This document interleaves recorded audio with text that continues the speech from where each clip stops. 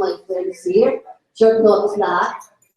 Kasi originally, we had invited somebody again, cancel at the last minute, whose name deserves no mention at all. Anyway, we're happy that we are able to bring together a group, three very important people who can share with us today the hottest topic of the day on the just approved increase in the monthly pension hike of SSS members. Retirees. And on the other hand, it will mean additional premium contributions to us na active paying members of SSS. Without further ado, we will ask first our main guest. I will introduce first our guest pala. From my side me is Alan Tanjusay from the Associated Labor Union, President, spokesperson. He always emails me daily yata emails sa akin ni Alan kasi pag ito na spokesperson. And the center of the controversy, not controversy, but good news and bad news as well. Ms. Marisu, Bugante, Vice President for Public Affairs of SSS. And to my extreme right, a self-confessed SSS retiree and GSIS private businessman. Previously, he was a cabinet and former congressman from Nueva Ecija, and now he's into a lot of consultancy services. Secretary, congressman, which not to be us. Okay. As we do in our breakfast forum, we ask guests to give their opening statements. So, ladies first, Madam Susie Tomono. Open and on. Okay, good morning. Good morning, everyone. I'm Susie Bugante from the Social Security System. We're happy to inform you that the President has approved the 2,000 pension increase effective the first tranche of 1,000 effective this month, January 2017. And together with that also is an increase adjustment in our rate of contribution from 11%, it will be 12.5% effective May. And the salary subject to social security contribution also will go up to 20,000, which is the maximum salary credit. So that would mean that our members will now be able to enjoy higher benefits because the basis of the computation of their salary has also gone up. So that is the good news that we have today for you. Alan, for the labor. Good morning. I prepared this short statement from Associated Labor Unions, UCP. Good morning. We welcome this move as it is an answer to the promise made to our pensioners during the campaign of President Duterte. However, we feel that government should have fixed the system first before requiring new contributions. Dapat nagreforma muna ang SSS bago bawasan na naman ng sweldo ang mga magagawa. SSS reform should be 1. Trimming down SSS bureaucracy. Number 2, reasonable pay for SSS commissioners, not fat bonuses. Bawasan ang mga unnecessary na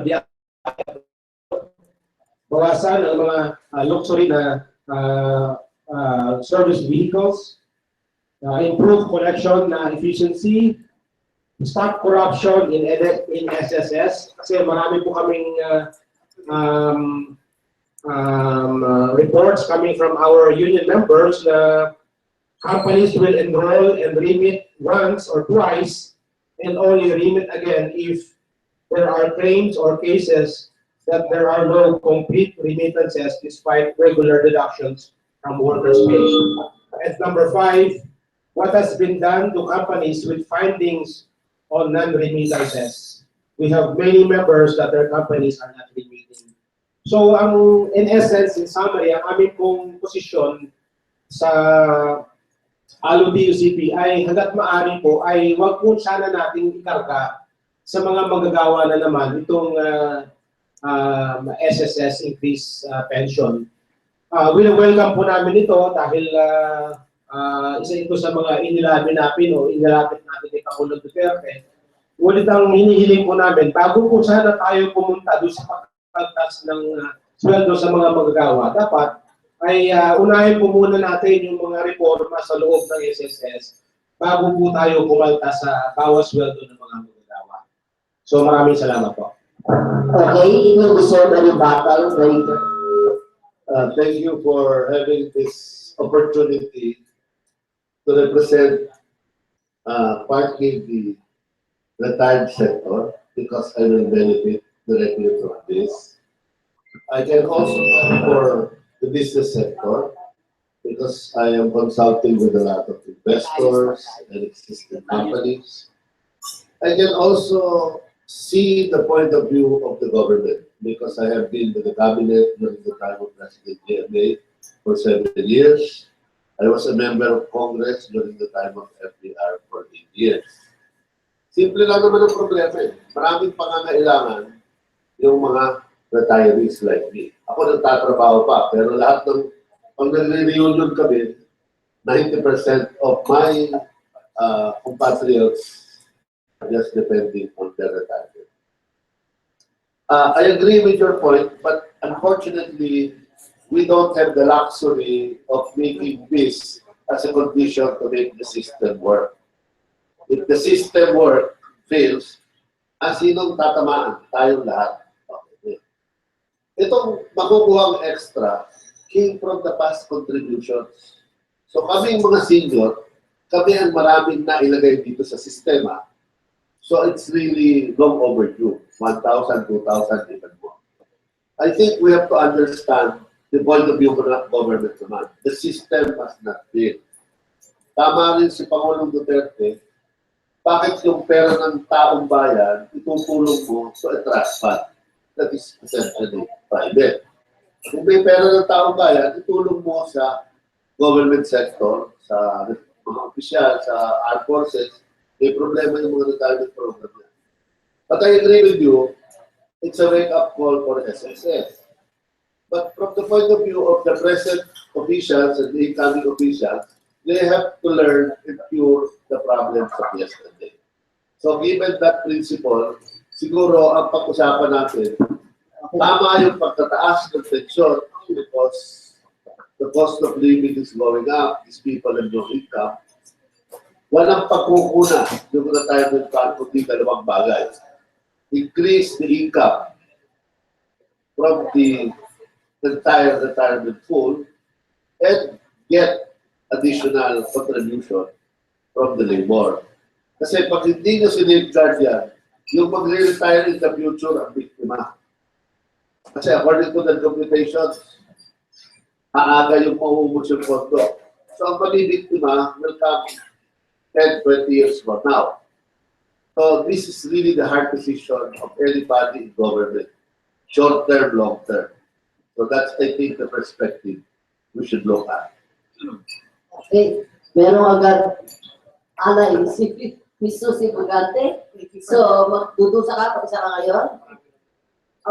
Tayo, iba tayo. Okay, si Bugante. Una gusto ko lang ilagay sa tamang Yes, ma'am. Yung ating social security. Yes, ma'am. Kasi nga, ang ating social security reform agenda ay continuing ho yan. It has been going on for several years. Nabanggit ko nga kay Tata Jo, nandito pa siya, na kung titingnan ho natin ang batas natin sa social security from the very start, meron siyang congenital defect. And RA 8282? No, RA 1161, original.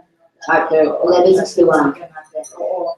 Kasi, nang nagsimula tayo, siyempre meron ng international standards. Meron tayong tinatawag na ILO Convention 102 kung saan nakalatag lahat ng mga social security benefits at hindi naman lahat yun ay nakayanan ng ating bansa na i-adapt kasi also a function of the economy.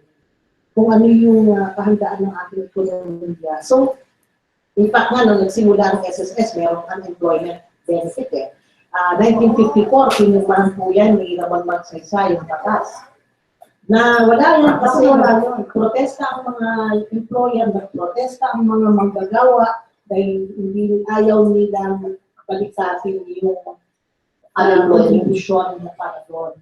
So, it took 3 more years before the law was actually implemented in 1957, but it had to be amended before it could be implemented. So, the amended law was in 1961.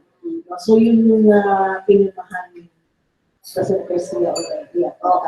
Okay, so, when in-implement ang batas, yun, ang contribution rate we started at 6%.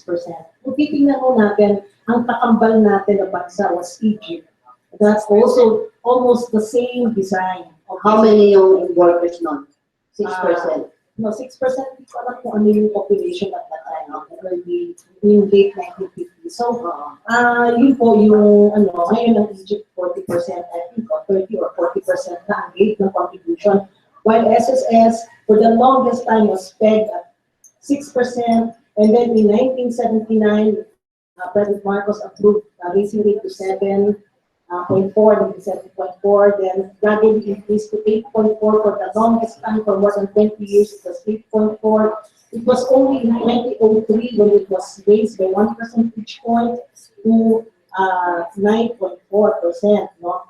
And ang nagbigbig ng 1% na yan was the employer sector. Hindi na nagdagdag ang wala nang dagdag sa labor no? Sa mga manggagawa. And another 1 percentage point increase in 2007. Ito yung panahon ni President Arroyo. Because President Arroyo really, she's an economist. And she understands kung ano yung problema talaga ng Social Security. Kailangan mo talaga ng adjust yung rate of contribution kasi talagang napakababa. Kung i-compare natin with other Social Security institutions in the country like GSIS, GSIS is charging 21% of your actual salary. Yung share ng employee is 9%, share ng employer is 12%. So, that is government. Government. At ang kagandahan sa GSIS, isa lang ang kausap ng employer. Wala na siyang, hindi siya naghahabol ng libo-libong employer na hindi nagbabayad. Kapag sinabi mo government, tayo lahat, taxpayers. So kami nagsasubsidize sa yung mga government employees. Well, actually, kasi duty naman talaga ng state to provide social security sa mga citizens nito. Dahil, unfair naman kami sa SSS, 34 million members. Kami, ba't kami din sinasubsidize ng government? So, meron tayo sa batas na nakalagay that in case hindi na kaya ng pondo, the government may sovereign guarantee, pwede yun pumasok. Pero, in any of these actions talaga, kailangan, it affects the economy. So, it's not just as simple as that, mag-subsidize ka, ganyan.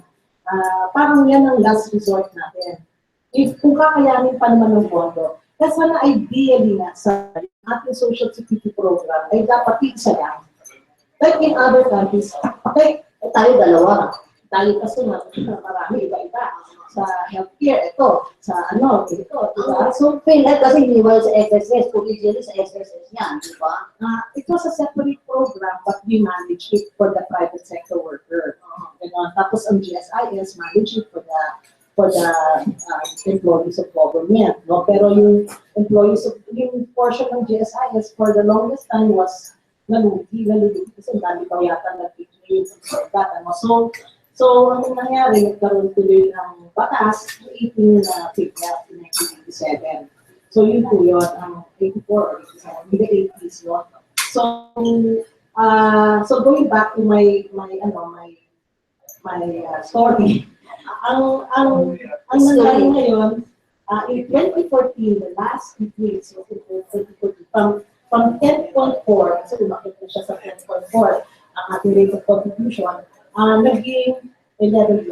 Meron tayong 0.6% na increase in Noy na yan, Noy na administration. effective 2014, at happy ang employer and employee doon sa 0.6 na yan. So, naging 0.3, 0.3. Kung titingnan natin, napakababa lang ang increase per capita, no? Ibig sabihin, 45 pesos sa share ng employee, 45 pesos sa share ng employer based on the maximum salary credit at that time. Kasi sinasabi nga namin, dapat ang pagtingin natin sa contribution ay hindi gastos. Ito ay savings Savings for the natin. future. Kung tingnan natin sa mga manggagawa, lalo na sa mga ang tawag dito, minimum wage earners, ang ano lang talaga nila, ang savings lang talaga nila, SSS eh. Or savings, pag-ibig, SSS, yun lang. Kung sa sarili nila, para makapag-ipon sila, meron silang account, bihira yan. Pero kadalasan, dahil meron kang core savings, meron kang naitatabi. So, like pag-ibig is a provident fund. No, so when you whatever you put in there is what you get in the future. Parang may individual account. In SSS, this is not a provident fund. It is a defined benefit scheme na kung saan kahit na maliit lang ang contribution mo, no, meron tayong mga cross subsidies within, yung mga intergenerational, the young, subsidize the old, the sick, are being subsidized by the able-bodied, ganon. Tapos yung ano naman, yung within the system, may ganong klaseng cross-subsidy, no? So yung hiniipon mo, nakapool yan. Dapat kayo, may-ari kayo yan. Hindi mo pwede sabihin, akin lang ito. Dahil pera ko to, utangin ko, hindi ko babayaran. Pwede. Hindi. Kasi when you do that, all the other members who have a stake in that fund are also affected. So, nag-protection fund nila. Okay nga, problema yung SSS, yung mga uncollected, di ba? Mga uncollected remittances, uncollected debt. But it's really a big challenge for us. Kasi like I said, unlike GSIS, isa lang ang employer na kapusa. Kami, we have almost 1 million employers in our, small, medium, and large. Yes, lahat Ba yan. yan? Mga So, self-employed pa.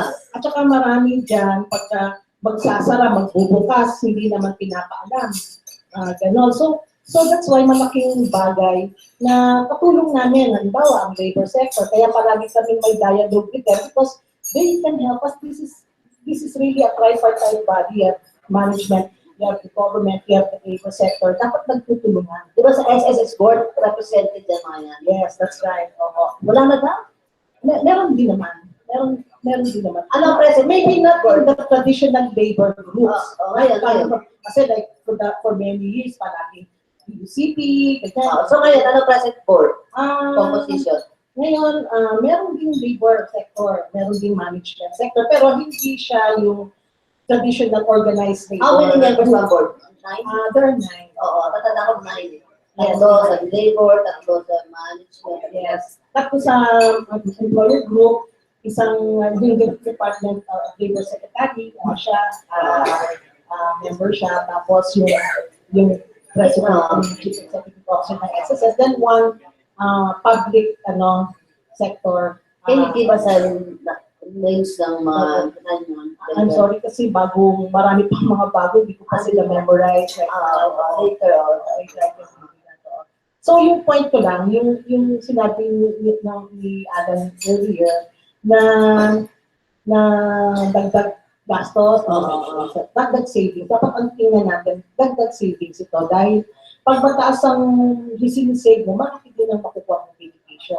So, number 2, yung sinasabi ng matataas na bonus, wala ko kaming binigay na bonus na hindi accordance with the Yung law. panahon ni Noy yan, kasi nagbawalan ni Duterte, direct dito siya na 40,000 lang yata yung Yeah, actually, that 40,000 amount has been there because of the law. GOCC. So GCG law. So, 2011 yan. Yung mga bonuses in previous, sila Piquiros. No, ano yun? Actually, I'm sorry to say, pero that was exaggerated. Hindi namin alam kung saan nila kinuha yung mga figures na yan. Ang gulo na Congress tagilid lumabas yan eh. And hindi namin alam kung anong naging basis nila. In fact, meron pang nag-post ng mga sweldo daw namin na kasama yung... O nasama pa pangalan mo? Kasama yung contribution namin sa GSIS.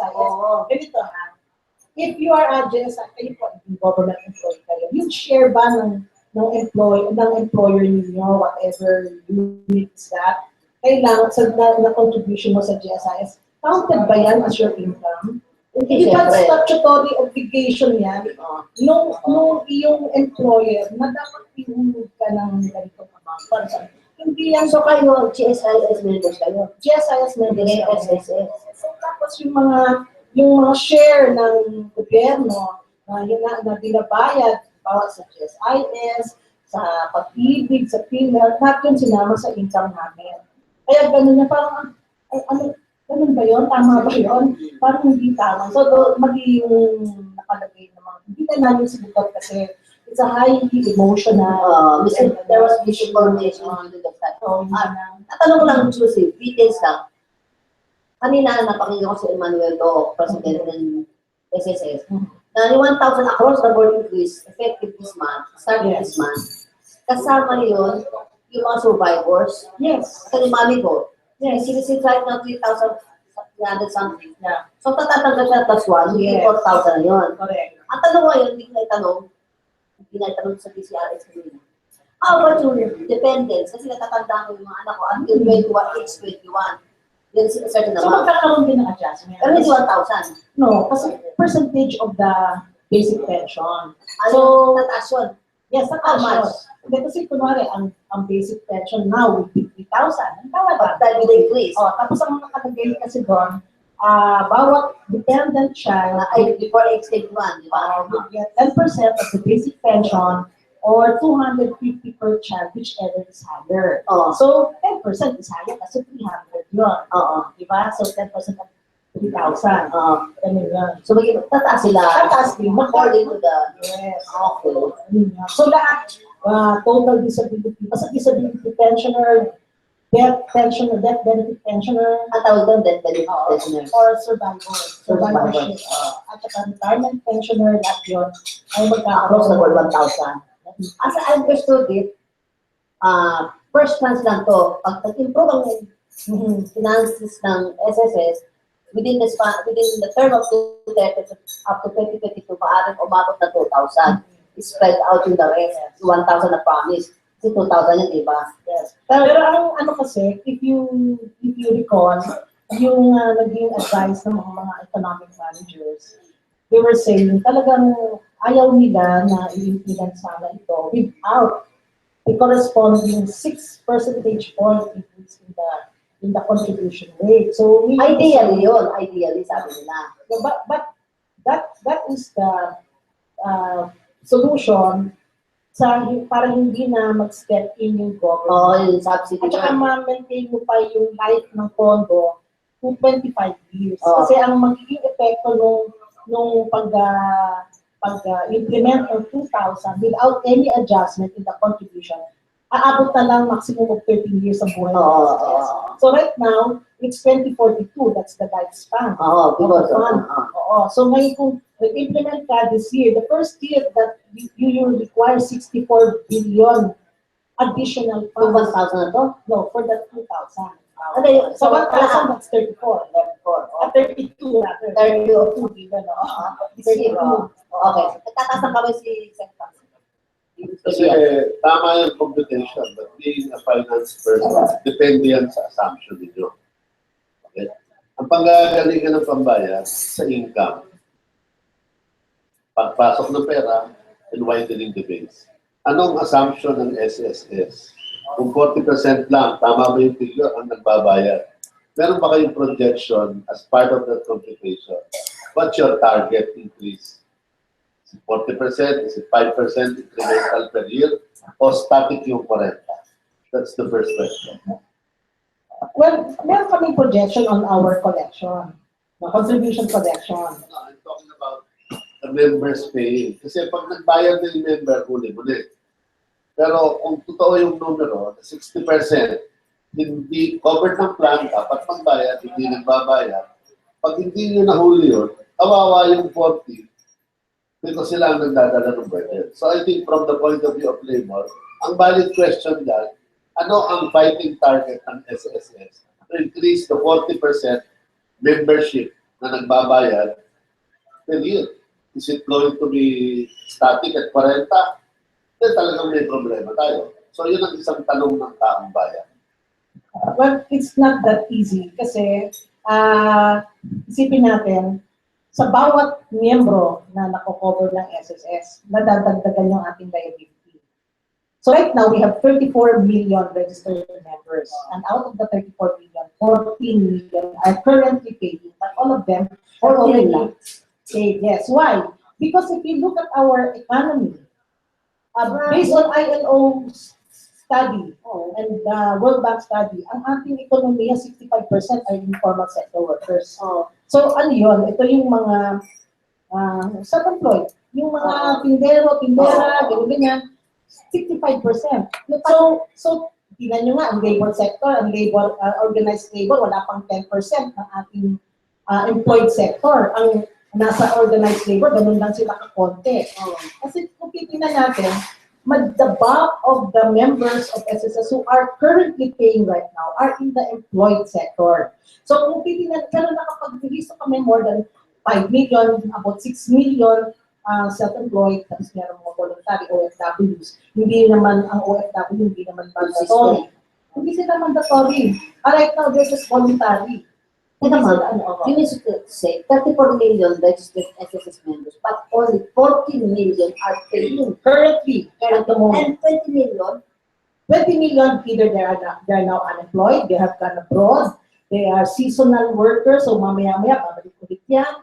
Mga ganon. my God, no wonder you're low guard straight. Yan yung nasabi mo 40%. O si Alan.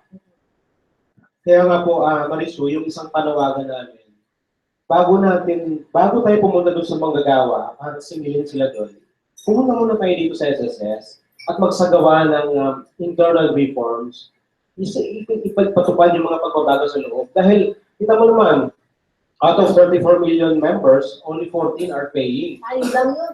Isang aspeto lang yun, no? Wala pa yung mga Para withholding tax. wala pa yung mga bonuses at yung mga iba pang mga operational expenses na dapat bawasan. So, ang aming panawagan dito, welcome namin na merong SSS increase pension. Gusto namin yun eh. Of course. But, sa tingin namin, medyo bad timing siya kasi You mean? Yes. Kasi ang kasalukuyan, ang minimum wage, bumababa ang value. Ang kanyang value. Ang value ng 491 minimum wage ngayon, na pinakamataas, ang value niya ay around 360 pesos na lamang. Ano Ikalawa, ba minimum wage na yun? 491. 491. Pero ang bayad, ang value. Ang value niya, ang purchasing power niya is around 360 pesos na lamang. Wala pa yung kaltas, ha? Wala pa yung kaltas sa SSS pag-ibig. Pagkatapos, may nakaambang dagdag singil sa kuryente. Dagdag singil, dagdag gastos sa kuryente, sa tubig. O lahat yan. So, iniisip namin, maganda nga na merong contribution dapat yung mga member ng SSS dito. Ngunit sa tingin namin ay dapat baguhin muna natin yung mga pagbabago sa loob ng SSS para makatipid. Napakinggan ko yung press conference hapon sa Malacanang, si President Dook na and Chairman Amado Valdez. Ang sinasabi nila, pag-aaralan pa ng SSS yung higher monthly contributions by pay estimated pang-implementation na 1.5 additional. Pero, meron silang kulatila. But by that time na siguro by May, nakakita na sila ng mga other ways to compensate for the increase through yung collection efficiency, going after yung mga non-remitting lawyers. Baka bumaba pa either bumaba pa yun o hindi na ipasa. Kasi yung plano talaga, as mentioned in the press club yesterday, meron niyang series, kasi nga sabi ko nga, 6 percentage point. And hindi siya bigla, gradual, over time. So, yearly, gano'n. But, ang nabanggit ni Chairman kahapon, yung mga subsequent na increases na 1.5 might not be done anymore if we are able to maximize our income from investment and other measures. Okay. Now, ito nga gusto ko lang sana ma-appreciate din po ninyo. Kasi, ang sinasabi ni Alan kanina, bawasan ang number of employees. Alam nyo, we are only a 6,000 strong institution. All over the Philippines and some post abroad. Kasi sinusunod siya natin yung OFWs. Ngayon, Isa lang naman yun, yung mga tao namin sa consulate o sa embassy naman nag-opisina yun. Ngayon, ang ano dyan, sa ngayon, nagre-reklamo ang ating mga miyembro pag pumunta sila sa opisina ng SSS pagkahaba ng pila. Bakit? Kasi limited yung ating counters. Hindi ka naman pwedeng magdagdag ng counters na walang tao. So, kailangan tauhan mo yan. Tsaka, walang break, di ba? May walang break. So, ngayon, ang gusto natin magbukas ng karagdagang mga branches din para hindi na... Meron ba kayo sa malls? Meron kami sa mga malls. Okay. Pero ang aming mga opisina sa malls, these are just service offices. Ang tao namin dyan, 3. Anong ginagawa nila doon? Tumatanggap, nagbibigay ng funds, nagka-counseling, ganyan. Walang processing. Walang processing. Ganon. Kasi that's the... Sasabihin pa rin kami. Sa ano pa rin, kung ano yung branch na pinakamalapit. So, halimbawa, ang mall sa Robinson, Manila, halimbawa, ang pinakamalapit na office namin, yung Sa Manila. Sa Roseros. Diyan sa may... Roseros. Makapatalagan. Yan, tama. Yan. So, yan ang ano nila, parang pinaka-office nila. Ay, bakit ito, modern na tayo, pwede mga computer na lang. Exactly. So, isa yan sa mga efforts namin. Talagang we make available electronic means of transacting with us. So, imbis na pumunta ka pa sila ng SSS para kumuha ng SSS number, just go to our website. You can already get your SSS number. You will be issued online. Okay. Tapos yung mga miyembro namin, sinasabi namin, mag-register kayo sa aming my.sss facility sa aming website. And you can access your own record. Hindi ka na kailangan pumunta pa sa office para humingi ng contribution record ko, magbabayad pa yung employer ko. Ikaw mismo, pwede mong bantayan buwan-buwan kung mapasok yung ulit mo. And then you can apply for maternity Online. notification online. Okay. You can apply for salary loans online. If your employer is also registered with us, then we approve it online 3 days po. Ang cheque pwede na ilabas. Ano na po process. So we are trying to do that for as many members as possible, including the use of their cell phones to transact with us. Kasi nakikita namin, karamihan ng mga member namin, hindi naman sila mayayaman. Na merong mga internet connection palagi. Pero at least, kahit through text, they can transact with us. They can also access their own record. Mag-query sila kung ilan na ba ang hulog ko sa isang number 2600, meron kaming mag-register lang din. So all this means now we are making available for our members. Kasi nga, humanly impossible na for us to attend to millions of members every day. Ang amin pong average transaction araw-araw, 180,000. Wow. Sa loob ng Sa main lang yan, ha? Sa main. Yes, sa ano yan? Lahat na. 180,000 transactions. Average yan, so it can be more. Yes, pero yun po. 8-hour work yan, di ba? Di naman. So, hindi pa nabibilang yan. Meron kaming 24 hours call center. May call center din kayo? Yes, may call center. Anong call number nyo? 920-6446 hanggang 55. Tapos merong toll-free number. Pwede din nilang tawagan. So, yung mga nasa... Ano yung toll-free number, the same number? Iba, magkaiba nakalimutan ko lang. So, may rejoinder daw si Sir. Okay talaga yun. But again, I'm going back to, ang hanap natin dito, solusyon. Ang solusyon dyan talaga, go after the 60%. So that's, I think, what the public wants to see. Both employees and employers yan. Yes. Anong programa ng bagong SSS group to chase the 60 in fairness to the core? Okay. Number 1. And employers as well. Sabi nyo, hindi na, dalawang bagay pa yan. Baka tinatanggalan yung employee, hindi nire-remit. Pareho yan sa, kahit sa withholding tax, problema. So, ano ang programa ng SSS dito? It might not be here, but I think you have to focus on that para sagot sa taong bayan. Pangalawang bagay, the fund is kailangan may income yan. Kasi meron kayong investments na nila. Investment. So, ang tanong na naman dito, nagka-problema sila dahil nung araw, madali, ilagay mo lang sa government securities. Mataas yung interest. Dahil yun ang pinaka-safe. Ang government T-bills, magkano rin? Ang baba. 1 point something. 1 point something.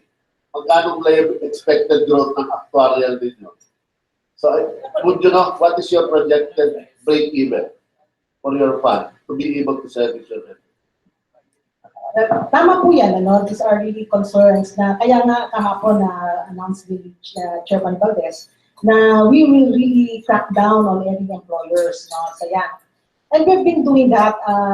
Nag-file na kami ng mga kaso sa mga companies, no? At maraming na din kami na-publish na namin sa dyaryo yung mga kinasuhan namin. Pero of course, hindi pa rin enough yan kasi ang pag-file ng kaso, nagdi-depend ka din sa i-report sa'yo eh. Hindi ka lang pwedeng, basta ka na lang humabol na gano'n, ano. You have to really get the evidences also needed. We can simplify the process. Kasi ginagawa ng BIR ngayon, pag hindi ka ganito, wala kang business permit.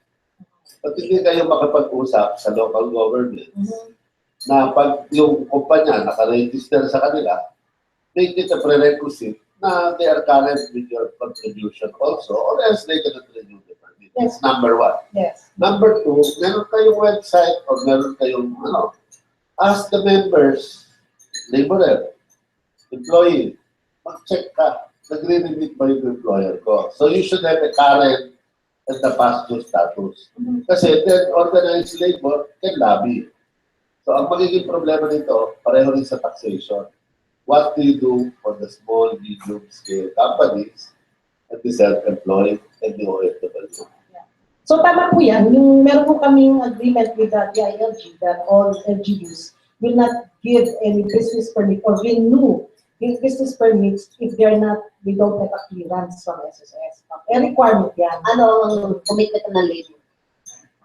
Well, ang commitment ng labor ay siyempre magiging patuloy yung aming vigilance at patuloy yung aming social dialogue with SSS at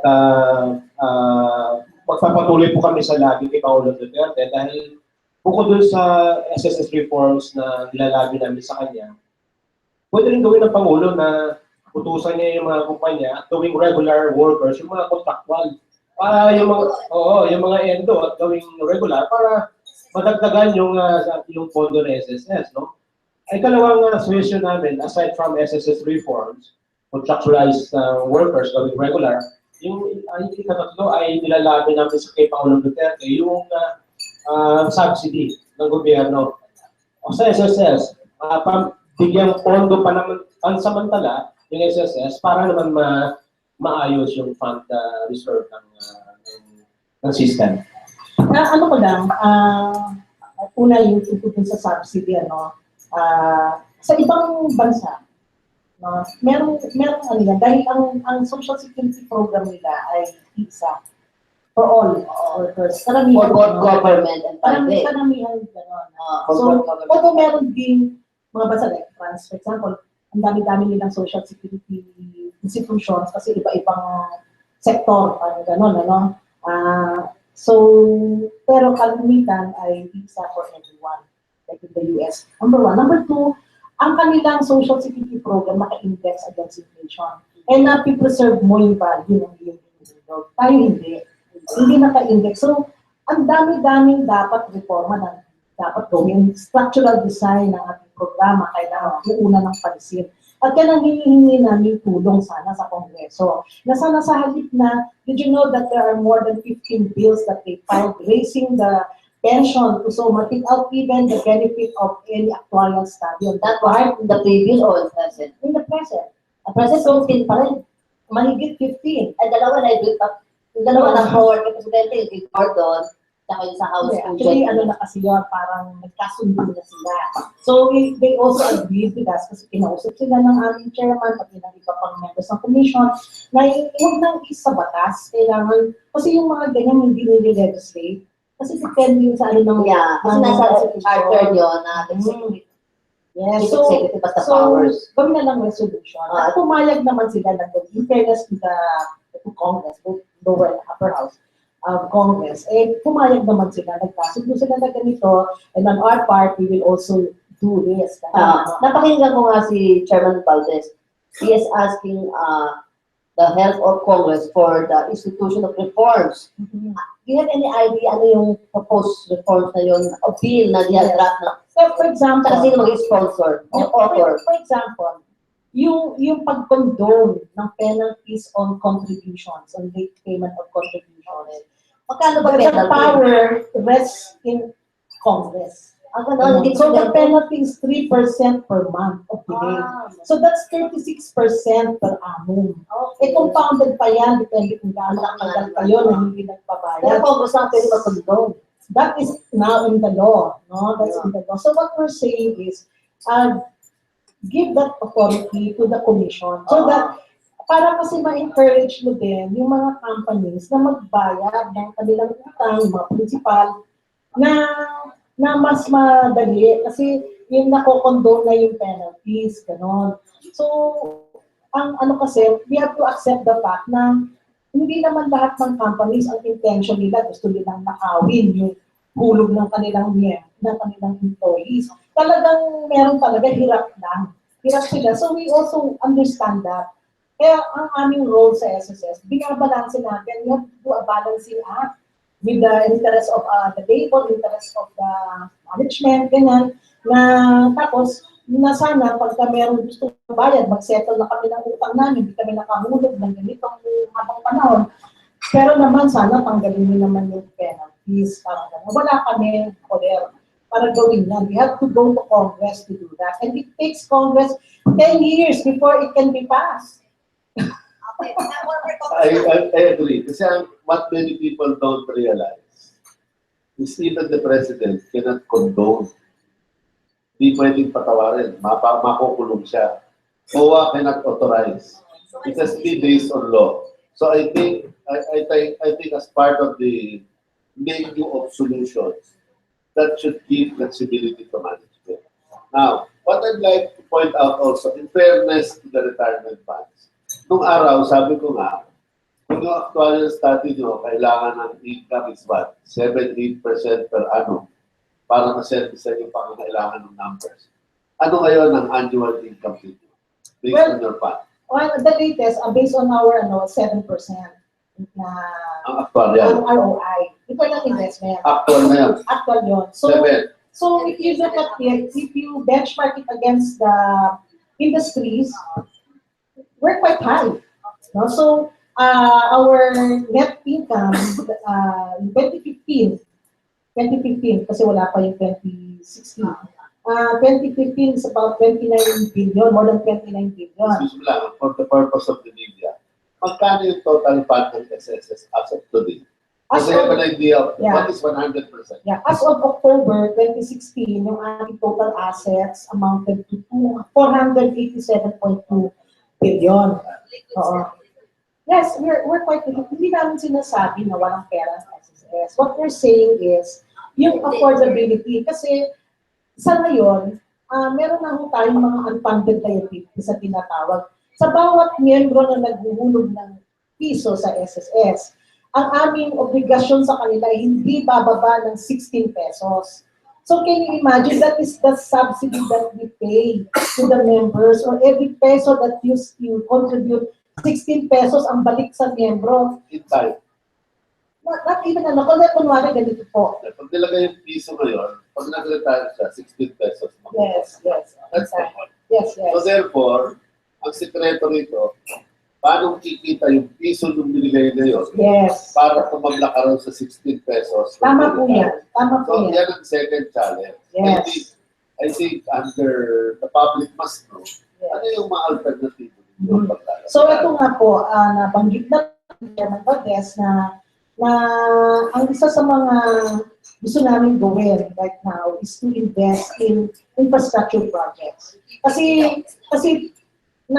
napag-aralan din namin ngayon, makita namin, in Canada, for example, yung Ontario pension fund ng mga teachers, yung teachers pension fund, ang kanilang investment nasa mga police, sigurado ang income na bumabalik. Ito ay mga proyekto ng gobyerno na magtayo ng mga kalsada, may toll fee, gano'n. At sila, talagang sigurado may income sila at malaki pa. Sa atin, walang ganyang opportunity na binibigay sa mga pension funds to invest in long-term investments like that. For example, you can offer ang PPP sa private sector. So sinasabi namin, bakit hindi din payagan ang gobyerno na mag-invest din, an intention funds to invest in projects like those. So when are we going to see that proposed draft bill para makapag-input naman ng labor, employers? Meron na kaming meron na kaming mga nasubmit na mga proposed amendments to the law. Ano ba, 15 days na attention kayo, anong may draft bill, nasa pa rin draft bill of report? Yes, meron na. So, sino magkikerry ng board? Sino congressman, sino senator? Para pressure natin to ako. Then nasa lower house. Sa lower house. Bakit sa lower house? Senate, wala ka? Meron din, may kaakibat din. Pero yung aming proposed amendment, hindi naman siya buong just certain sections, like the investment section, for example, yung nabanggit ko kanina, tungkol sa pagkukundong, so, among others. Specific lang yun, amendments. Teka muna, Susie, ito concerns as public affairs. Nakalagay dito sa parang mga handouts, leaflets. Yung contributions generated by the employed, 87% sila nagbibigay ng contributions. Yung self-employed, 4% lang. Voluntary, 6%. Distribution ng membership yan. Contributions na nakalagay dito, contributions. Ang OFW, 3% lang nakakontribute. Tapos, ang sabi ko rin for transparency sake, ipaalam din nyo ang hardships nyo. Dahil ito yung good, all about the good things about you. Dapat i-declare nyo sa public yung difficulty nyo na 34 million nga ang members nyo, pero 20 million anak din na meeting. So, para yung goodies lang, hindi na itiniyat na yung tawa, ano yung picture? Na kaya kayo ganyan, hindi ka makapagbigay, dahil yung 20 million, hindi nagbibigay. Okay. Alright, ngayon, meron kaming ginagawang pag-aaral. Kung nasaan itong mga to? Oo. Sino sila? Ipakita mo yung mga bad aspects para magtulungan tayo ng public sentiment. Ang public sentiment, so recover nyo na, kung yung 20 million na yun, na magbayad din. So, itong mga to, merong unemployed, number 1. Number 2, abroad.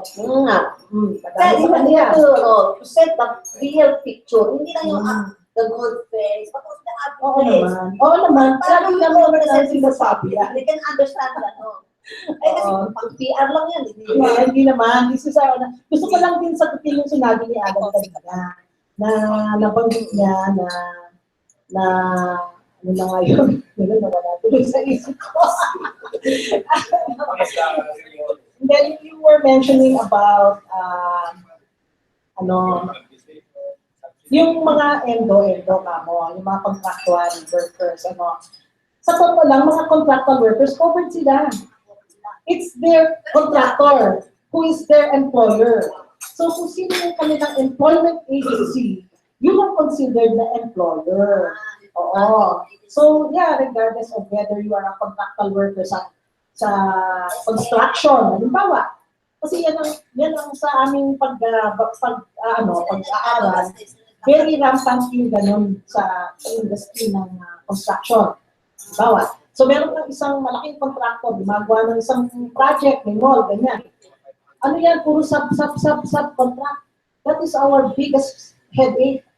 Kasi yung mga subcontractors, parang hindi mo na sila mahabot, pero actually, under the law, the contractor becomes responsible for every, whether you are subcontracted or not.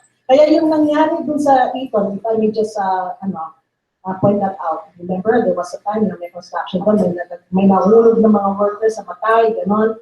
Subcontractor yun. Kasi kung sa construction business, iba yung nagkakabit ng bubong, iba yung naglalagay ng wiring ng mga electrical. Iba yun, subcontract lang yan. Pero ultimately, the contractor is responsible. So, ginabon namin. Ang contractor. Yes, gano'n. So, nagbayad sila, nabayaran lang kasi actually, subcontracted lang yung service ng mga nahulog na yun. Ganun, but meron pa rin. So that's the beauty of our system na whether may hinulog pa na remittance sa'yo or not, but you are able to establish an employer-employee relationship, ano yan, mananagot pa rin talaga yung employer. Maganda yung concepts. And I agree. But if you want the support of Congress, if you want the support of media, if you want the support of public, it must be more focused. In other words, tama yan. What are you doing about the construction industry? Kailangan kayo, merong industry specialist. Yun lang ang tinututukan. But it also goes back to target. Anong target nyo? Hindi dapat, I'm planning to go from here to there. When? What quantity? What amounts? How efficient are you in investment? Sabi nyo, 7%. How is that compared to retirement funds handled by the banks or the private sector? Are they better or are you better? If they are better, baka dapat i-outsource nyo. Diba? Ano ba yung proseso nyo to allocate, to which bank, to which specialist? Second, ang nagiging problema natin, mababa talaga ang yield sa fixed income. I agree with you on the PPP. Pero delikado rin yun. Delikado rin yun. My suggestion, if you want mas sigurado, is to be part of the government privatization. Pero ng gobyerno, dapat pag binenta yan, may mag-iiwan ng share that will accrue to SSS and DSIS and the retirement fund. Bakit? Pag-aralin nyo lahat yung privatize, yung nakakuha, ang laki ng kinita. Yung binayad sa gobyerno, day one, mura. So dapat, yan ang kailangan law. A certain part of all government privatization to solve must go to, you have the option to subscribe based on your management. Bigyan ko kayo ng example. Magkano lupa sa global city ngayon? 500,000 per square meter. Kung kasali kayo, doon sa original na nagsali, you got, say, 5% of that. And you kept it. Kasi long-term fund kayo eh. Magkano interest ng inyong deal? So these are just examples. Siguro, pagtulungan tayo lahat, come up with your menu of options, you can support. Being a former congressman, they're reasonable people. Kung hindi, pakikialaman sa inyo yung yield, pero hindi pakikialaman yung solution. And I think, I agree also with you, private fund ito eh. Tumulong kayo, pero hindi nyo pwedeng i-maintain kung magkano nyo babayaran. Ang babayaran nyo is based on the actuarial study. Otherwise, the plan will fail. Thank you very much. Yung pong, ngayon lang, for the information of everyone, yung ating pong investment reserve funds ay, as of October 2016, ay 470.1 billion pesos. Of that amount, ay 39% are in government securities, 23% are in private equities, 19% are loans to members. Ito talagang kumikita pero hindi ganun kalaki. Oh, you're not supposed to make money naman out of the members. So the rest are Service in bank deposits, corporate loans and bonds, and real estate. Yung sa BGC, we were fortunate to have some investment there. Yan ang gusto ko din i-point out kasi yung mga members natin, like sa labor sector, limbawa, hindi nila masyadong naiintindihan na bakit ang dami ng lupa, hindi naman gumagkano, hindi naman nabibigyan or something, hindi kumikita. Kasi yung po, ang SSS po is a long-term proposition.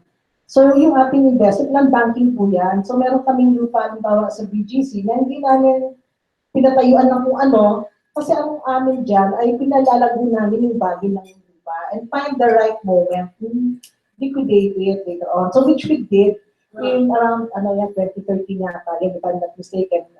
There's a piece of land that we sold. No? Pero maliit lang naman po, 20 million, real estate. Yeah, so we sold it for Million ba to? million yan. All We over the sold Philippines. it for 2.34 billion.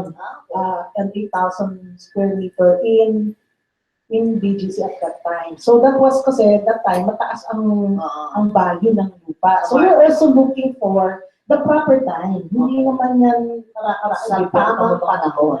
Oo, sa tamang panahon. So, and ang ibig sabihin yan, kung ano man yung ma-earn mo doon, meron ka ng pagdalaanan din na mas malaki ang kikitain niya. Kunwari, Yun nga, yung kikitain, ipo-flow back sa members. Yun ang Yes. hinihingi ng members. Tayo, makita naman yung flow back nyo sa amin. Hindi lang kayo at ang nire-rewardan yung sarili nyo. Talaga namang sa members yan. Hindi kasi kunwari, tulad yan ha. Yan ang iniyak namin ng the past administration sa SSS. Sila yung nagpasasa. Kaya Hindi, ngayon, ano in fairness, because of the change, the therapy na, nag-change ngayon. alam mo, in fairness, ang sweldo may batas. Hindi naman pwede sumweldo ng mas malaki pa dun po ang nakalagay sa Pero nga batas. yung Diba? difficulty sa SSS, since of the past administrations, and hopefully we will not see again those scenes. Ang masasabi ko na, there was a point in time, prior to 2011, na meron tayong mga investee companies. No? So, lahat ng dividends pupunta talaga sa SSS because they don't own it. They sit there as director. They represent the interest of SSS. Now, yung mga halimbawa may bonus, nagpipili ng bonus para sa mga director, yun yung walang malinaw na rule. So there was a time when some of our board members who sat in these investee institutions, of course, got those bonuses because they also work in that company. No? So ngayon, nung naipasa na yung governance council of GOCCs noong 2011, siguro in reaction din to all the excesses na narinig natin sa MWSS board, for example, etc. Ganyan. So ito ngayon ay nag-set na ng limit. Nakorek na yung defects of the law. Tsaka lahat ng whether bonuses or anything like that, pupunta sa SSS, sa institution. So, ang maiiwan na lang sa kanila yung kanilang per diem. Yun na lang. Wala namang problema na wala na problema sa amin. Wala na kayo atraso. Anyway, I open the floor to questions. Okay, Tracy?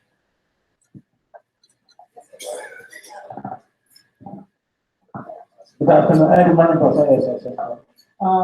Ito lang gusto kong malaman kasi maraming mga method yan ng empleyado. Ako po, I served the Journal Group of Publications for a long time. Nung sequestered pa siya. Ngayon, hindi binayaran ng SSS namin. For I think hindi ni-remit. Nung sequestered pa kami.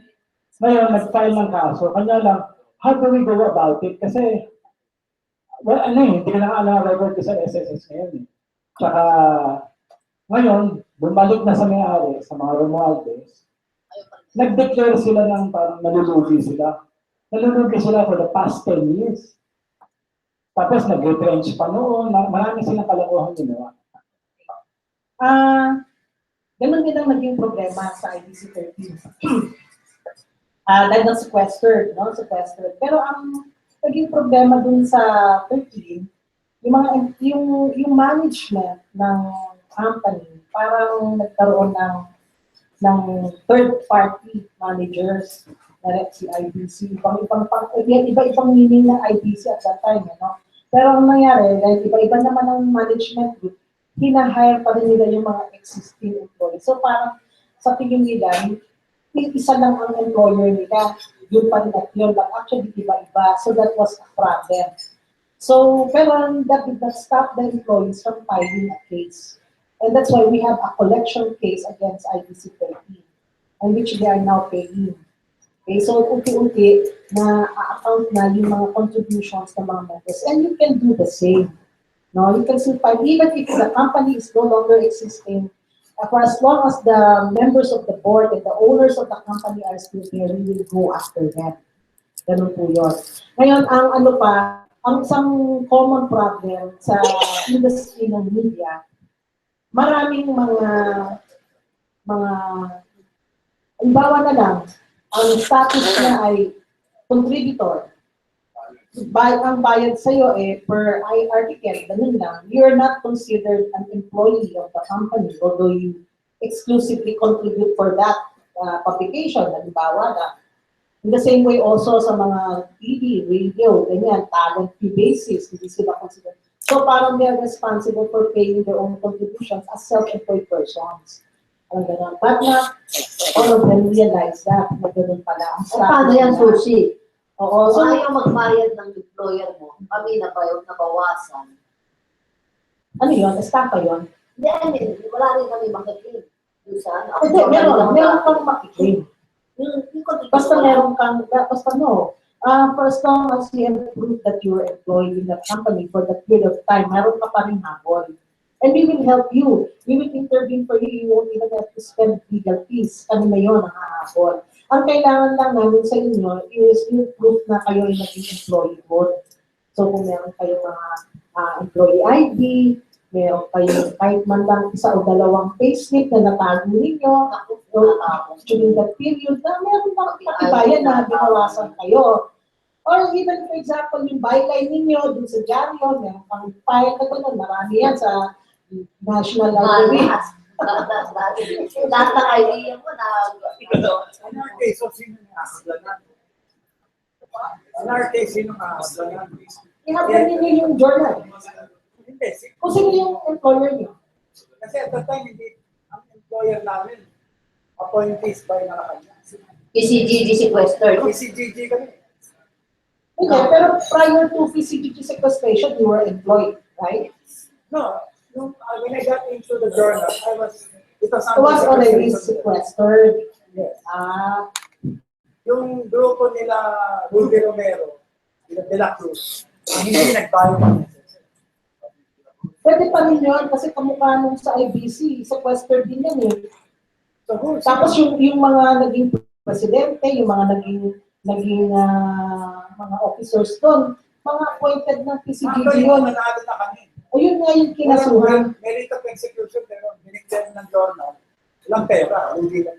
Nanalo na kayo ng kaso. Hindi, kasi pagka naipasok yan sa SSS at nanalo kayo, kahit sabihin nila wala silang pera, we will, i-attach namin yung property nila. Actually, nag-garnish siya, pati nga yung pangalan dito. Sino nag-garnish? May baka may ibang claimants pa. Kaya gano'n. Kasi kung SSS, we will also do that. And then, yung contribution ninyo, maipopost na kasi may value yun eh. So kung ano magkano yung utang nila sa amin, we will garnish the equivalent amount also of property, kung ano ba ng property nila, then we will post your contribution. Ganun yun. Ma'am, Cedric Castillo po from GMS. Ma'am, linawin ko lang po, nabanggit ko kanina, kahit na airing yung employer mo, considered pa rin na nakapag-remit yung empleyado. Kahit na sabihin natin delinquent yung employer. Basta merong proof na may history. Tama po ba, ma'am? Okay. Ma'am, ano pong legal remedy ang ginagawa ng SSS o planong gawin kung wala pa? Para ma-transfer sa inyo yung power to condone? Kailangan ng amendment sa batas. So, we have already submitted that to Congress. And nabanggit din yata ni Chairman kahapon sa press con sa Malacanang. Na isa yan sa mga gustong i-amend para magbigyan natin ng power, yung commission, para mas maging flexible din.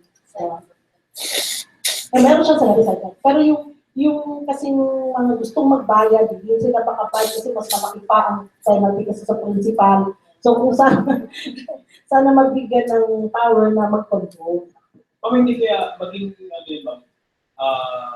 weapon ng employer para ma-abuse yung power of condonation on the part of employers kung ano naman kami, makondo naman kami sa huli, so hindi mo na ako mag-continue. Anyway, sorry.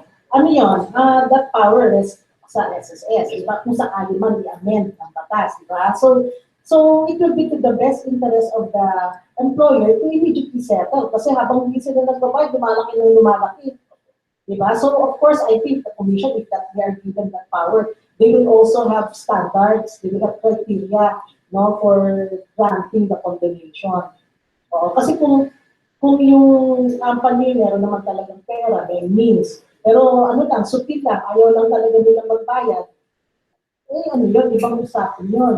Pero pagka sinabing nagpakita ka ng proof kasi nalulugi ako dito, so I had some economic problems, ganyan, magpapakita naman yan kasi kung may mga utang sila sa bangko na pinag-prioritize sila kasi malaki interest, ganyan ganon yung mga criteria na pwede set. So kailangan mo pa rin patunayan na hindi ka maka-settle yung sa contribution? Ako, thinking ko lang yun. Di ba? Wala pa namang power yung commission to do that. So, it's in Congress. So, ang iniisip ko lang, pagka nag-grant niya yung power, I'm sure magkakaroon ka din ng criteria para hindi maabuso. Sabi mo nga.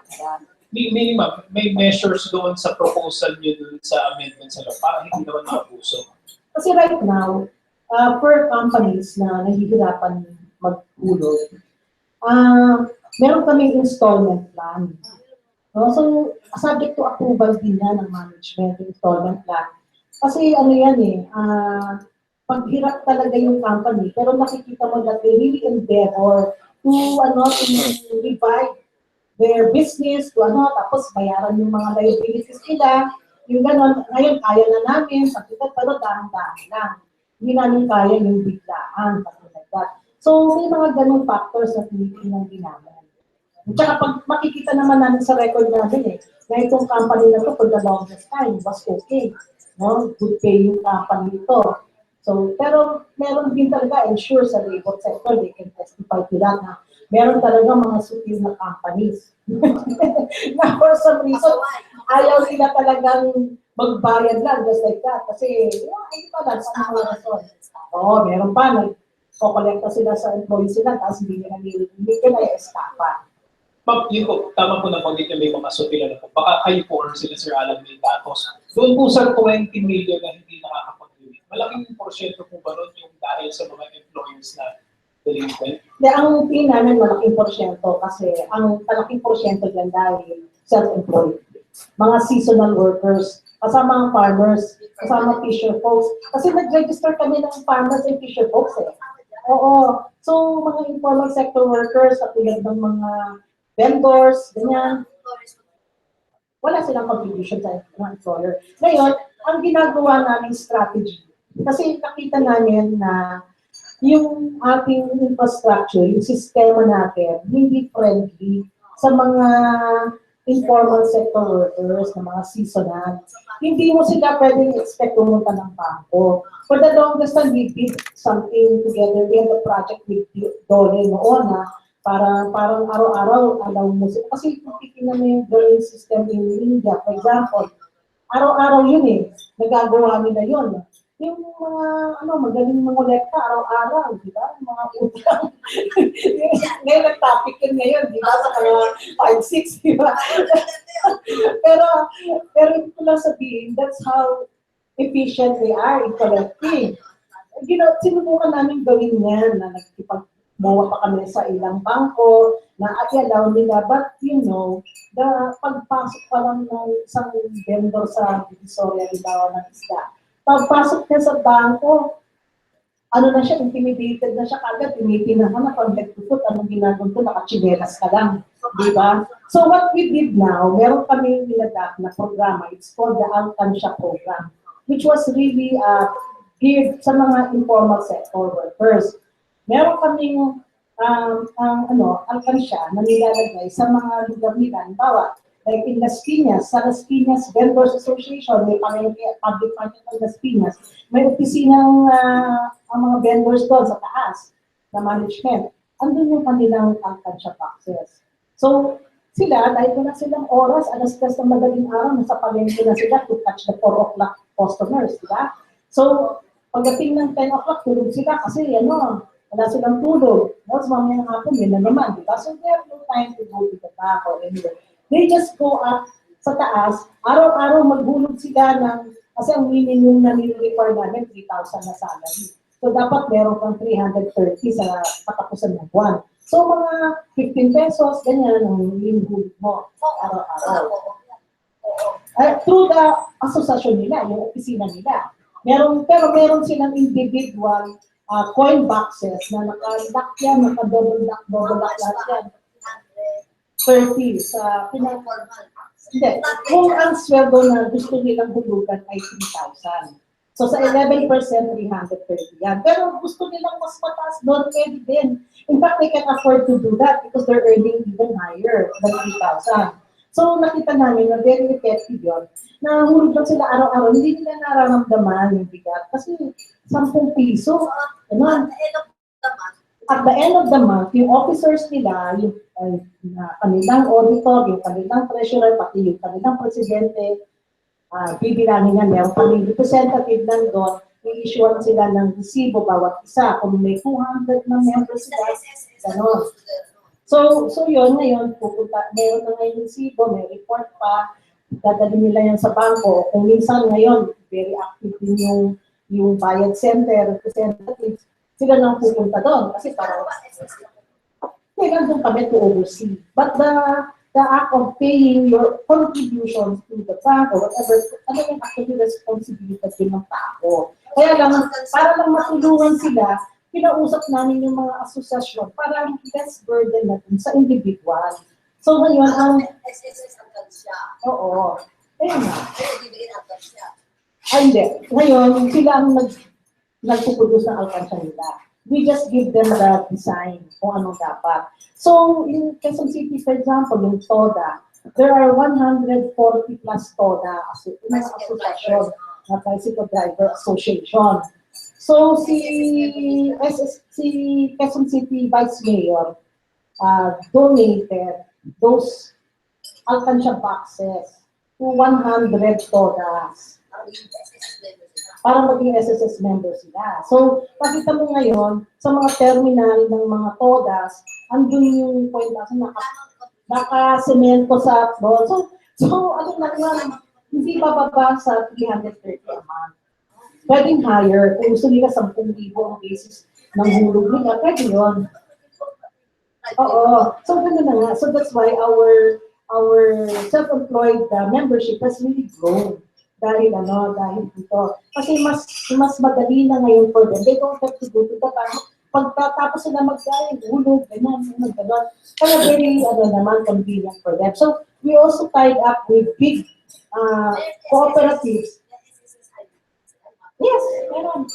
Pero na kaming mga members ng TODA na nakautang sila na under the Educational Assistance Program para paaralin yung anak nila sa kolehiyo. So, nagte-testify siya dahil dito nakapasok sa college yung anak ko. Meron naman. Sorry, wala tuloy. Sorry if I'm delivering ito, ma'am. So, as far as contributions is concerned, ma'am, hindi enemy number one yung delinquent erring employers. Siyempre, enemy number one namin yan. Nag-crackdown na nga nag-issue na nga ng statement meron kami ngayong oplan tokang laban sa erring employers. Oo. Yes. Ano po mandato, ma'am? Ipakulong talaga yan. Yes, kasi sa under the law, it's not just fine. It's with imprisonment. Now, even if that was a violation of the SS law, whether it's a staff or iba pa yung staff, non-remittance of contribution, non-reporting of employees, imprisonment, prison correctional. Minimum 6 years, maximum 12 years in 1 day, gano'n. Last na po, ma'am. Under the new administration or under the leadership of Chair Valdez, ano po ang target collection rate natin? Kasi 14 billion yan out of 34, ano po? May plano ba tayo increase to 100% collection rate? Ang target namin for 2017, hindi ko lang maalala kung pagkano, but it's much higher than last year's target. So hindi lang siya yung regular growth, no? Kundi even beyond that. So kasi last year we were able to, yung pinolet namin, nandiyan ba? Last year, as of the first 10 months of last year, we were able to collect 103 billion. 119 billion as of October. Okay, so ito lang yung collectible based on the employed and then the self-employed na payee. Ganon. And the voluntary and OFWs, yun na yun. Oo. So, ngayon, ang target namin is much higher than that. Kasi ang benefit payment namin nung as of October, umabot na ng 107 billion, no, na for Social Security. Total of 108 billion actually. Pero we expect that to be higher kasi parang 2015, 120, if I'm not mistaken, 120 billion ang nabayad namin in benefits.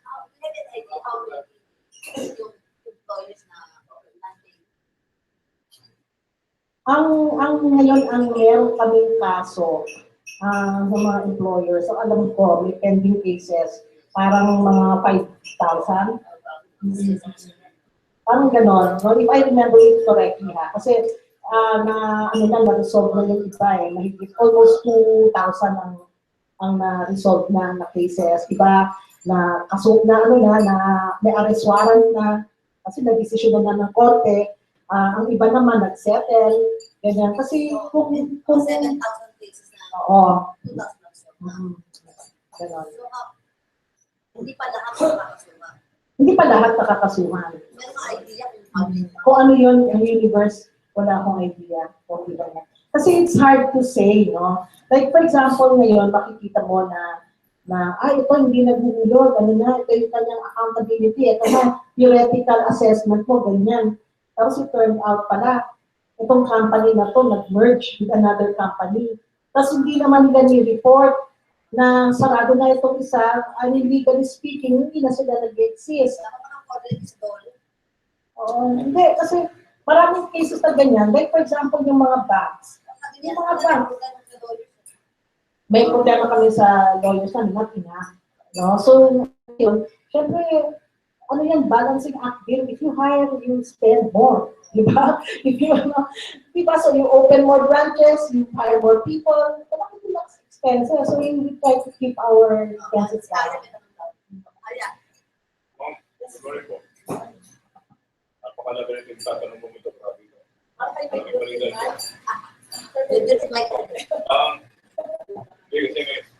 Yung mga kaibigan sa SSS, ang pangalan ko Aya, ang may ko kasi yan ng pera, yung pako. Pero yung initial ko rito, Q.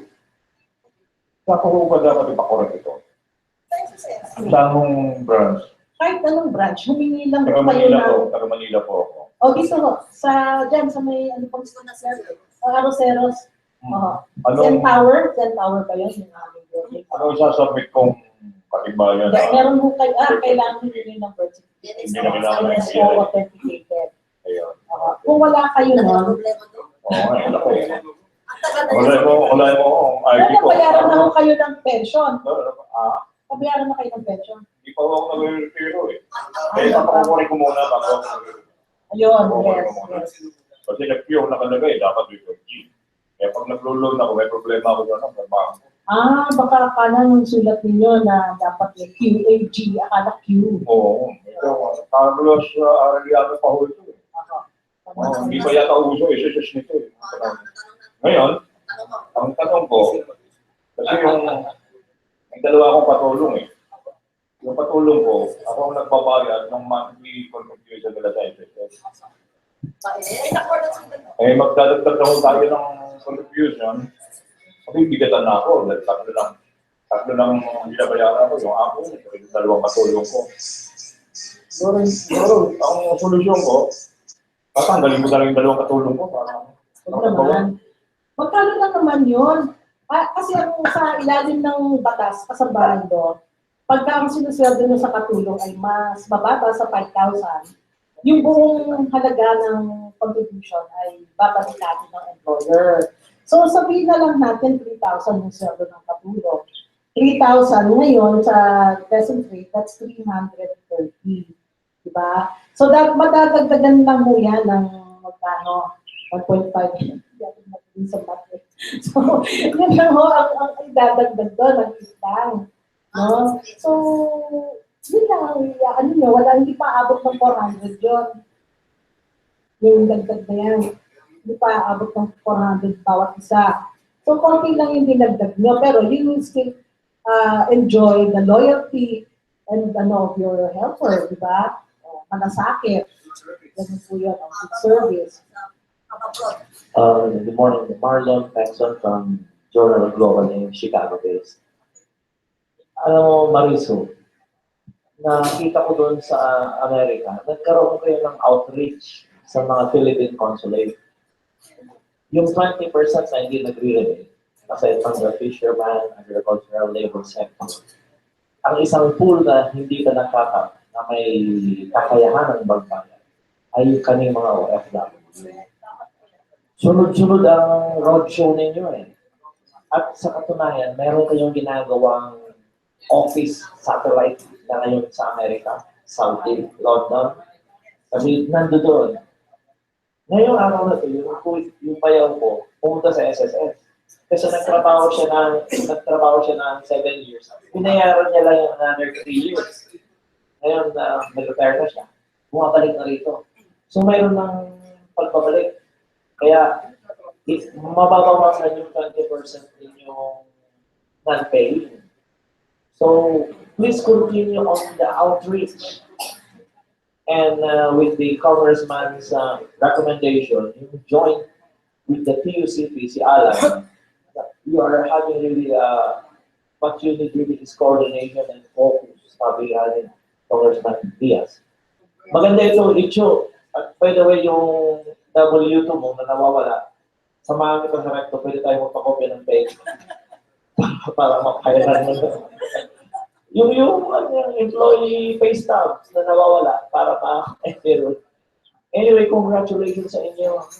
And for the brighter side, sa Amerika, in 2030, actuarial projection, maaaring pag-retire ko, 50% na lang makukuha ko. At 2040, baka wala na. SSS sa Philippines, hindi pa kayo nag-default. At wala kayong actuarial projection na hindi kami mababayaran. Ganon.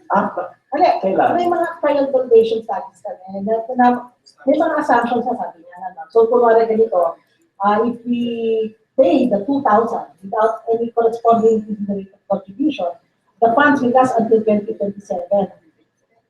So that's about 10 years, 2027 to 2029. Ano po yun, 13 years. So, kung kaya nga yung ginagawa natin right now kasi, it's at 2042. So, ang gusto natin, wag masyadong bumaba doon. So, itong 1,000 increase effective this month, plus the 1.5% in adjustment in the rate of contribution and in the maximum salary subject to contribution from 16,000 to 20,000, ang magiging effect ng yan ay 2 years na pagbawas sa fund life. So from 2042 to 2040. Ay hindi masyadong masama. That will also give us some breathing space. At nakakagawa pa kami ng mga measures na para talagang mas pahabain pa namin. Kasi using international standards in Social Security, the ideal fund life really is perpetuity, which means 70 years or more. Okay. Okay. No more questions? I will. Ano naman? Hindi mas maganda para mapakinabangan ng mga students members ng Manila. Kinabubuwag na ni Digong yung 5-6 ng Bombay. SSS na lang kayo sa Makot. Actually, yung meron kami talaga, may clamor ang mga pensioners namin na gusto nilang umutang. Eh, ano na nga, nagpe-pension na nga sila. Bawal ba sa pension sa utang? Hindi Hindi sila qualified. Hindi sila pwede. Pero, nakiusap kami sa mga bangko. No? Ibig na pumunta sila sa 5-6. Kasi ang ginagawa ng ibang nating pensionado, we have no control over that. No? Kung lalapit sila sa mga private persons, o kaya may mga nagpapautang, kukunin yung kanilang ATM. O, kunwari yung 1 year's worth of pension nila. Sabihin na lang natin, minimum pension is 1,002. Nagbi-minimum lang sila. Ngayon, umutang sila ng 10,000. Ang pinagpalit nila yung ATM nila, nag-withdraw ng 1 taon. So that's already how much? 1-2 times 12 months. Diba? So, malaki yung kinikita. Minsan, hindi pa binabalik yung ATM. Tapos na bayad na yung utang. Tuloy-tuloy ang pag-withdraw. So, maraming umiiyak na pensionado yung gagawin namin. Sabi namin, paksa pa ko, i-report mo yung ATM. Ganon.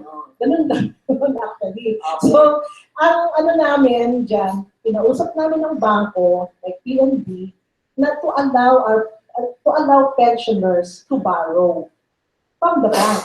And then, ang ginawa nila, okay, we will allow you to borrow. Magkano ang pension na dapat your bank account, which is your pension account, must retain Daily balance. a steady balance of 1,000, not lower than, so kung ang yung pension ay 3,000, pwede kang umutang ng 2,000 times 12 months. Halimbawa. So yun ang maximum mo na pwedeng utangin, 24, ano. So meron ka pa rin na withdraw na 1,000 every month kahit na nag-advance ka na ng 24,000. Okay. On that note, we will ask our guest. Joms Malulan from UNTV Radio. Ma'am, sabi niyo po kanina, ang average daily transactions is 180,000. That's based on last year's. Opo. Tapos po kulang po tayo ng tauhan. Nasa ilan po yung mga tauhan natin at saka nasa ilan pa po yung kailangan para maibigay po yung talagang mas better service. So ngayon, meron kami 6,000 employees nationwide and some post abroad. Ganon. So, meron, hindi ko kabisado yung study namin on the parang ilan ba ideal number, pero yung titingnan natin, ano ba ang ideal number of persons na pwede mong, kung ikaw ang service officer namin, sa isang araw, ilan yung mga mo mag-serve, na hindi mo minamadali at nakakaliwanag mo ng gusto. Dahil nakikita mo ang haba ng pila. Kasi meron din kami mga time and motion study. Kaya kung minsan, meron kami mga branches na alam na nila ilan ang pwede nilang bigyan ng atensyon ng miyembro sa araw, sa isang araw. So halimbawa, yung aming benefit counter, pag nag-apply kayo ng benefit, whatever it is, ang kaya mo lang sa isang branch, halimbawa ay 80 people sa isang araw. Kasi ganito lang yung number of people mo, dalawa lang. So sa loob ng 8 hours, ilang minutes ang bawat. So meron na kami yung ganung study. No? So pag meron ka ng mahigit 80 people na punta sa branch mo, halimbawa 120, you turn them away already. So tell them to come back. Kasi hindi mo na sila, realistically, hindi mo na sila mabigyan ng attention. Ganun. So, paghihintayin mo buong araw, hindi naman pala mabibigyan ng attention. So, pabalikin mo na lang. So, meron din kami tinatawag na appointment system. So, pwede silang pag-set ng appointment para kinikipasan sila ngayon ng mauna. Minsan isang ganong reklamo sa mga seniors, mabira naman ang SSS, ang haba-haba ng pila, wala kayong 30 siling. Ganon. E di nga sinasabi namin, lahat po kasi nag-apply dito, 60 and above. Kaya lahat po yan, talagang seniors na ho. Tapos meron pa kaming persons with disability, kasi disability benefit, yung mga ganyan, maternity, ganyan. Lahat talaga kayo special. Ano magagawa namin isang day lang talaga yan, bawat isa. Nagkataon ang dami-dami po ninyo. Yung call center number po ninyo, hindi ko po na yun.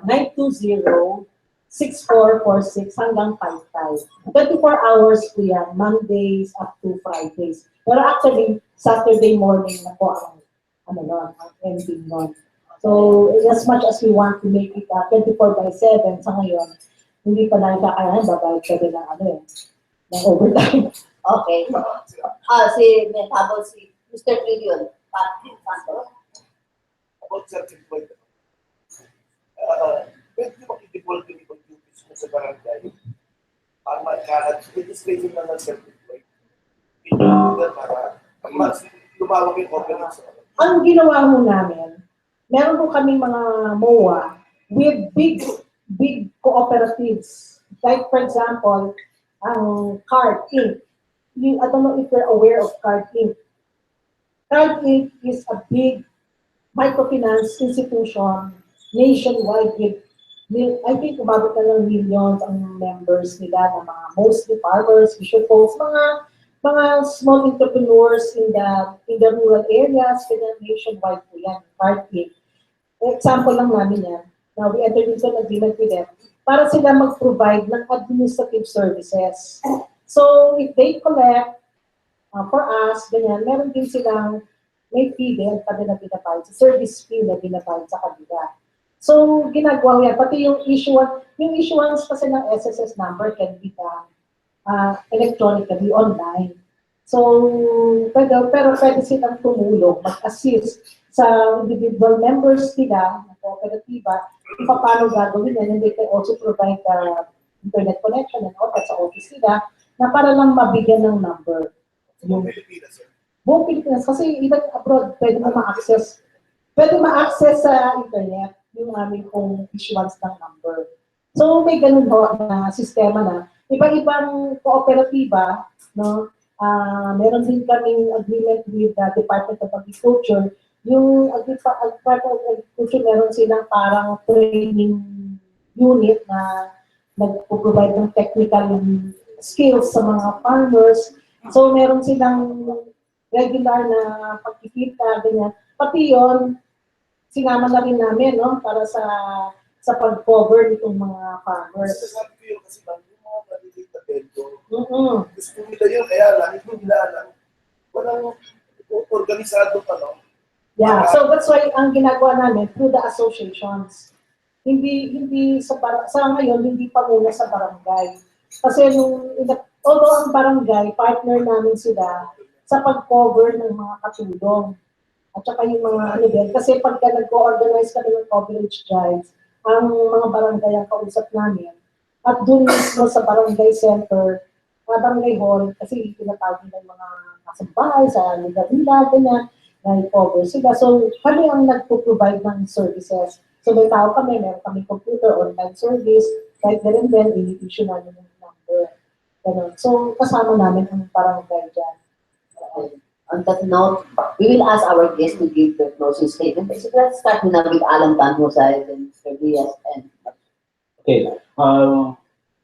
Uli, napapasalamat kami sa Marisu for the organizer. Marisu, sorry. Sa organizer ng panel at of course, on the part of the Associated Labor Unions, the UCP, we thank the President Duterte for approving the pension increase.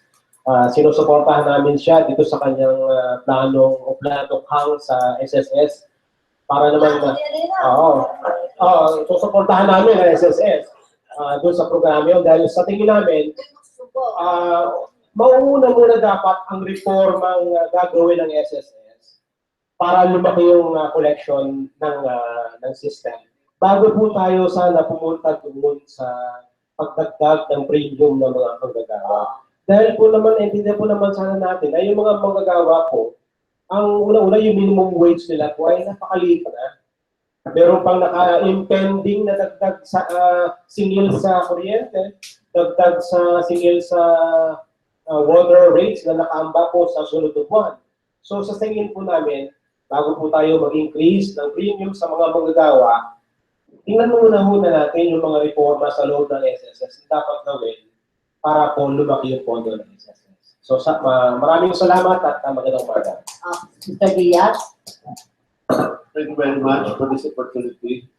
I agree with the way to solve the problem is for all the parties to cooperate. To make it easier for the public to understand, tama yung lumalabas puro aggregate yung numero nyo.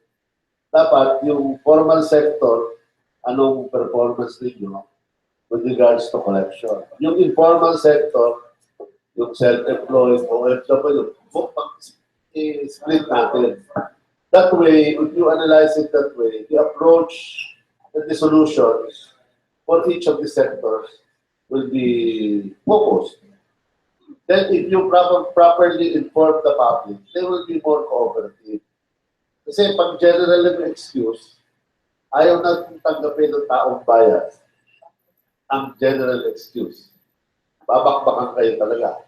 So, para tayo magtulong-tulong, sabihin nyo, etong sakit sa ganitong parte, sakit sa ganitong parte, at magtutulungan. And I think you have to cooperate with as many sectors as possible. Yung sinasabi po sa barangay unit, gobyerno yan pag inutusan niya ng DILG to do this, they have no choice. So yun, makakatulong sa inyo dahil makakatulong din sa mga miyembro. But, pero ang aking final request, sabi nyo, 19% are for the benefits of the members. Kung ang inyong ROI is 9%, why don't you increase the 19% share of members, charge a little bit higher interest, so yung mga informal, formal sector can avail of more loans. Bakit sila umutang? In addition to education, bakit hindi pambili ng computer, bakit pambili ng ganito? Kasi part ng inuutang nila, pera nila eh. Bakit natin ibinibigay sa iba?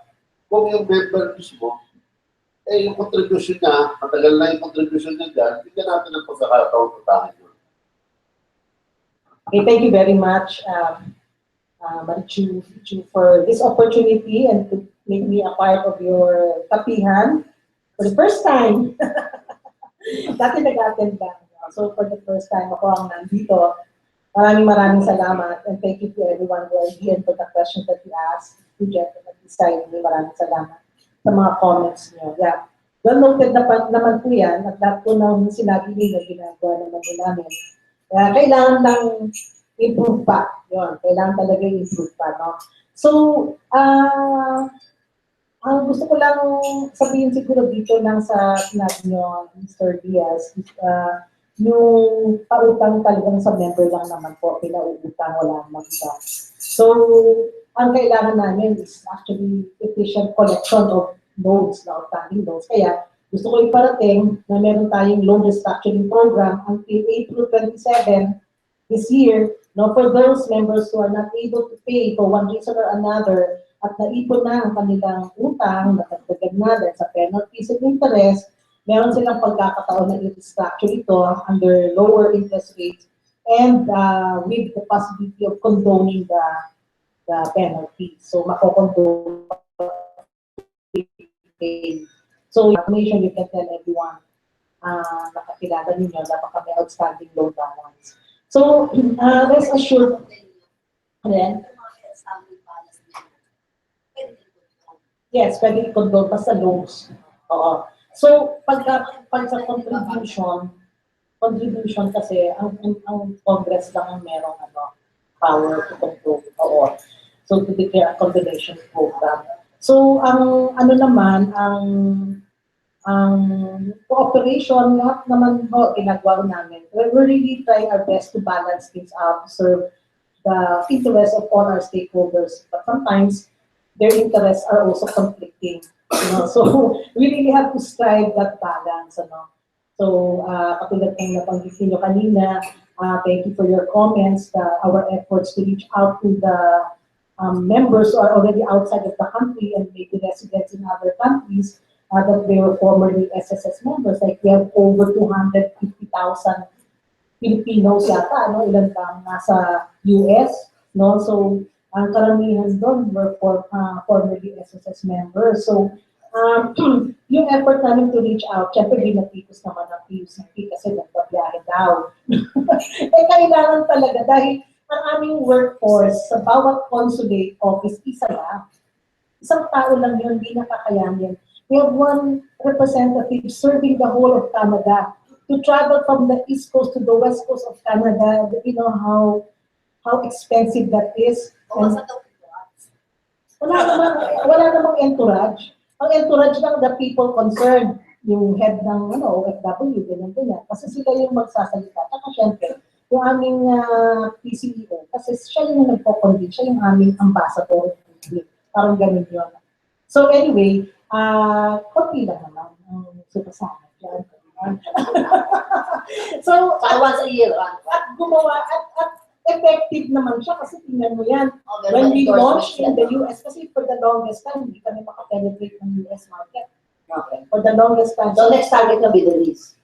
Actually, Middle East, okay kami doon. Mas may malaking presence tayo doon. We have 3 offices, kasi may mga consulates tayo doon sa Riyadh, sa Jeddah, sa Sandalay, at sa Al-Qatar. So, meron kami doon. Bawat isa may isang tao. Tapos sa United Arab Emirates, meron sa Dubai, meron sa Abu Dhabi. Tapos Qatar. Magaganda ang presence natin sa Middle East. Kasi ito yung bansa na hindi nag-o-offer ng social security sa mga workers doon. So, kasi they are kingdoms. So, only the citizens of their countries are entitled to the benefits of the kingdom. Unlike in the US, in Canada, in Quebec, in Canada, we have a bilateral agreement actually na niratify na ng Congress na lahat ng mga members na mga citizens natin, even if they're dual citizens already, ay covered sila by the Canadian system. And then their citizens are working here are also covered by SSS. So, merong mga totalization. Reciprocal or reciprocal. So, sa US, walang ganyan. Hindi nila inaalaw yan.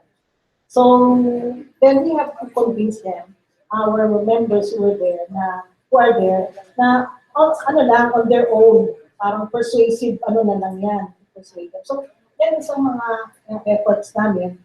And really, the challenge on us is really very big, no? Kasi may local pa meron kapag gano'n. So, pero, every little effort really helps in also growing the fund, no? So, I want to thank everyone for your attention. And sana kahit papano na napaliwanagan po kayo, social security is really a very complex thing, not easy to communicate with. Even other countries abroad, Western countries, first world countries, they have difficulty communicating to their own people the value of social security. Kasi nga, hindi pinapansin din ng mga tao while they're actively paying, or actively working, hindi nila kailangan. Pinapansin lang nila pag wala na silang trabaho. And by then, it's too late, no? For them to add more to their savings. So even in the US, they convince their citizens, kasi the replacement ratio is only 40% of their income. That's income. But the good thing about the US system is they preserve the value because naka-index against inflation. No, para hindi masyadong malayo. Then, offer sila ng mga annuity na parang on top of that, ito, pagka gusto mo yung lifestyle mo, pay mo, dapat yun ay sasabi mo sa reports nyo, indexation of the contribution and the of the inflation, against inflation rates. what contribution and contribution na to be index against inflation. dapat yung pag-pension. Okay, so it will follow. Oo, kasi nga diba? So, but for those who already receiving pension, it's too late because they pay. Wala kayo sa charter na naka-invest. Wala. Okay, oo. So, tapos, alam ko, tapos yung oras mo. Dagdag pa. Kasi sa kape. Lunch na. Okay, so, meron akong point na gusto i-raise kayo na namin kung nawala. Sabi nga, hirap na SC na tayo. Anyway, pero kaya ambush ka pa kaya? Ganun ba? So, yun lang point na we have to balance things out. Na ayaw nga nilang gumastos kami ng gusto. It would take money to make more money. Alam natin yan, diba? So, but of course, we cannot do that because hindi natin pera ito ng ating gobyerno. So, we really have to be prudent, no, in the use of the funds, and we have to maintain our costs, very cost efficient kami. But at the same time, yung challenge sa amin right now, from 7% sir na ROI, ang challenge is to increase it to 15 to 30% ROI. Ito po ang challenge sa amin. So, well, actually under the law, SSS is allowed to invest abroad. But we have not done that, no, not yet. But if the time comes that it's really needed, then maybe why not? If it will mean higher income for us.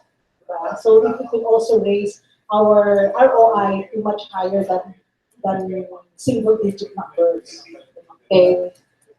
Marisu, thank you very much for your time and effort. Hihingin ko itong mga fact sheet mo. Bigyan mo ako niyan para depend on SSS. Maraming salamat po on that note. Thank you very much.